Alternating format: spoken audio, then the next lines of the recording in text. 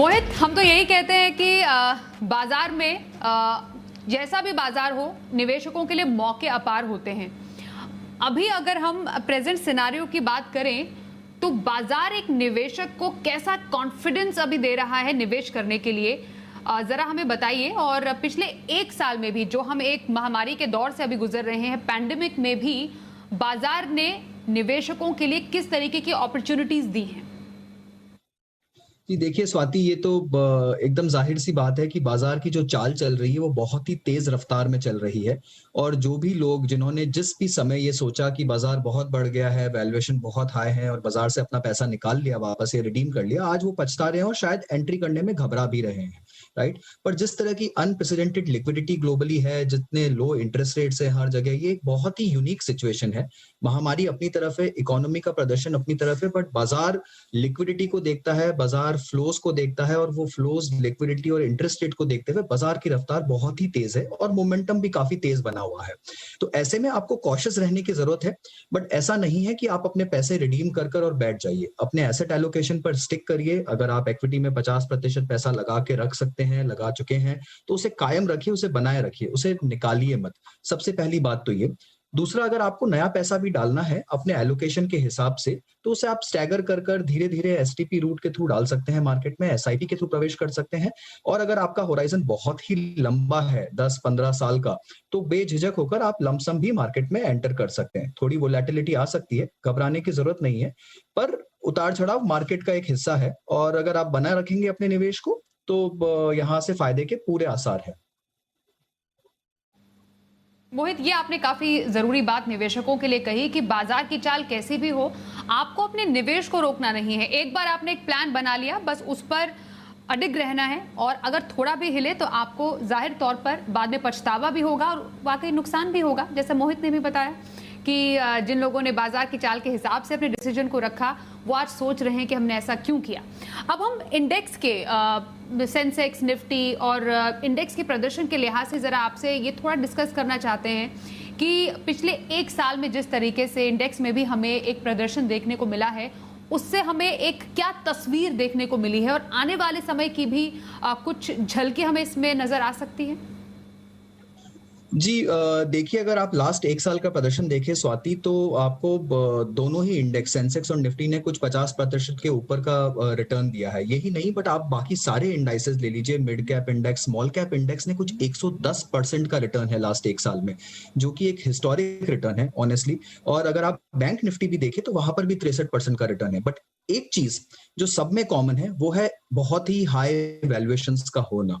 तो जो भारतीय इंडाइसेस हैं, जितने भी इंडाइसेस ले लीजिए आप, मिड कैप, स्मॉल कैप, उनका जो वैल्यूएशन चल रहा है, पी रेशियो, पीबी रेशियो जैसे आप बोलते हैं, प्राइस टू अर्निंग्स और प्राइस टू बुक रेशियोस, जो कि ये दर्शाते हैं कि बाजार कितने महंगे हैं, वो बहुत ही ऊंचे स्तर पर चल रहा है। तो अगर आप सेंसेक्स और निफ्टी की बात करें तो जो ये इंडाइसेस है वो 30 टाइम मल्टीपल, ट्रेलिंग मल्टीपल पर ट्रेड कर रहे हैं, जो कि एक बहुत हाई मल्टीपल है। अमूमन भारतीय मार्केट में देखा गया है कि एक हिस्टोरिक ट्रेंड ट्रेलिंग मल्टीपल का कुछ 20 से 22 टाइम्स के आसपास रहता है। 30 टाइम्स होना बहुत हाई है।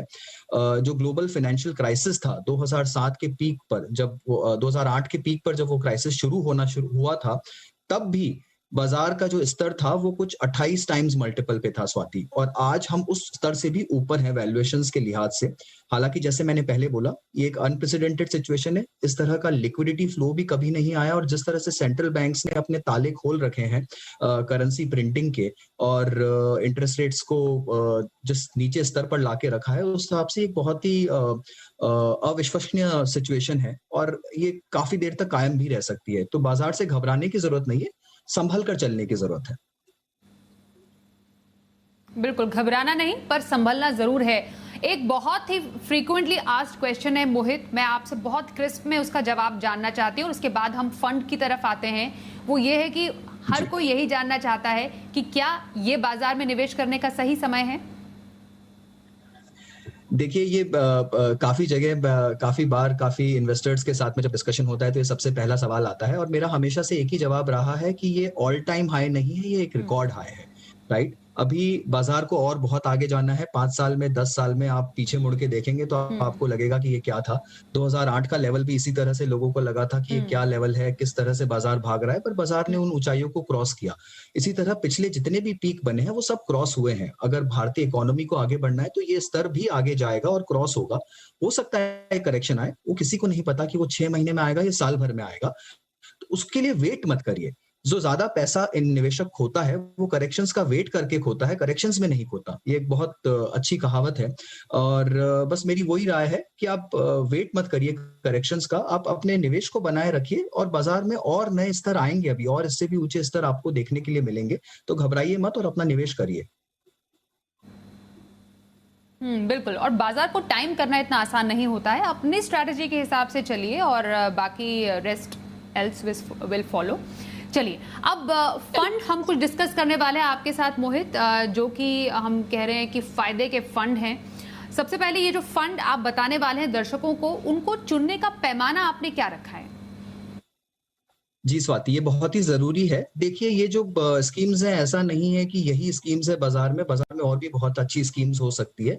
हमने क्या किया है, हमने सारी कैटेगरीज़ उठाई है। Large cap, mid cap, small cap, flexi cap, इन सब कैटेगरीज़ में कुछ एक-एक अच्छा चुनाव करके हम हम अपने निवेशकों को ये बताना चाहते हैं कि वो इन कैटेगरीज़ में इन स्कीम्स का चुनाव कर सकते हैं। हालाँकि उनकी जो फाइनेंशियल कंडीशंस हैं, उनका जो रिस्क एपेटाइट है, वो अपने एडवाइज़र से बात करें और उसके लिहाज से अपने गोल्स के हिसाब से आप प्लानिंग कर इसे ट्वीक भी कर सकते हैं। बट ये स्कीम्स मुझे लगता है ये हमेशा की तरह एवरग्रीन स्कीम्स हैं और इनमें अगर आप निवेश करेंगे, धीरे-धीरे अपने निवेश को बढ़ाएँगे, तो काफ़ी फ़ायदे के आसार भी हैं।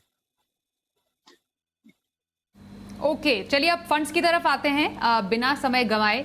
सबसे पहले लार्ज कैप कैटेगरी, उसमें से कौन सी स्कीम आप आज सबसे पहले दर्शकों को बताने वाले हैं, और थोड़ा उसके बारे में भी बताएं, रिटर्न के लिहाज से भी, रिस्क के लिहाज से भी, और डेफिनेटली जो फंड के क्राइटेरिया आपने सिलेक्ट किए उसके लिहाज से यही स्कीम क्यों?